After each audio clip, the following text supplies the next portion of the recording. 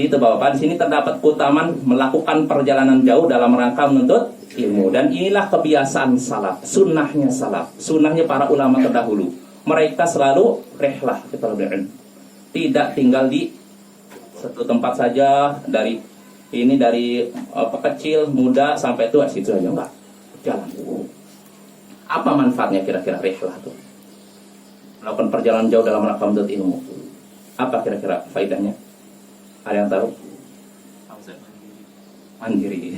Satu. Terus kedua, menambah wawasan. Kalau orang udah sering kesini kan wawasan. Selain menambah ilmu, nambah wawasan.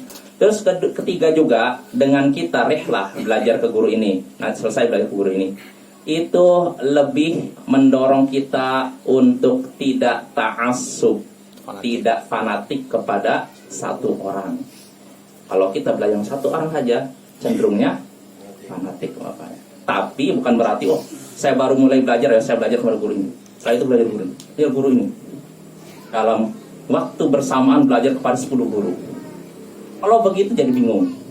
Tapi kalau masih pemula belajar satu guru, kira-kira sampai punya ini bekal untuk pergi ke tempat lain, nggak apa-apa. Ini kebiasaan para ulama. Jadi kalau untuk pemula memang jangan belajar banyak-banyak, karena nanti bingung, Bapak ya. Contohnya kalau dalam masalah fikih, saya datang ke guru itu, dia bilang katanya air liur anjing najis. Tapi saya datang ke guru ini bilang katanya air liur anjing tidak najis. Pusing saya, kan kayak gitu. Ya kalau kita belajar pertama udah begitu, pusing. Tapi kalau kita belajar sama guru, dalami ilmu dasarnya, baru setelah itu rihlah. Datang ke guru ini, itu bagus. Ya contohnya gini, kalau misalnya kita dalam masih pemula nih, belajar satu mazhab fikih, itu bagus. Sampai dikuasai satu mazhab fikih, baru setelah itu bukalah mazhab yang lain. Jadi jangan sampai dari kecil, muda, remaja sampai tua satu mazhab terus. Dan satu mazhab pun satu buku terus, bukan buku banyak, satu buku terus. Sampai itu satu buku, ya taunya Islam itu aja. Nah kalau udah begitu cenderungnya apa? Fanatik ya. Yang selain itu salah. Nah, ini keliru ya. Jadi hendaknya kita punya semangat untuk mencari ilmu setinggi mungkin. Kalau ada ungkapan katanya tuntutlah ilmu walaupun negeri Cina. Iya, jangan ke negeri Cina, ke negeri Mekah, ke Madinah atau Mekah, gitu. Ya itu Bapak ya. Jadi keutamaan menuntut ilmu rihlah, melakukan perjalanan jauh dalam rangka menuntut ilmu, dan itu sunnahnya para salaf terdahulu. Ya, sampai Jabir bin Abdullah sampai ke Mesir melakukan perjalanan 1 bulan dalam rangka mencari satu hadis dari sahabat Abdullah bin Unais. 1 bulan perjalanan hanya untuk mendapatkan satu hadis, sampai melakukan perjalanan 1 bulan. Itu menunjukkan keutamaan itu ya, melakukan perjalanan jauh. Dan begitu juga ada seorang ulama, saya lupa namanya, ulama salaf terdahulu, ketika itu dia sedang sakit. Bahkan bisa dibilang dia udah mau sakratul maut, dalam kondisi sakratul maut, sebentar lagi meninggal. Ditanya ulama ini, apa keinginanmu sekarang nih?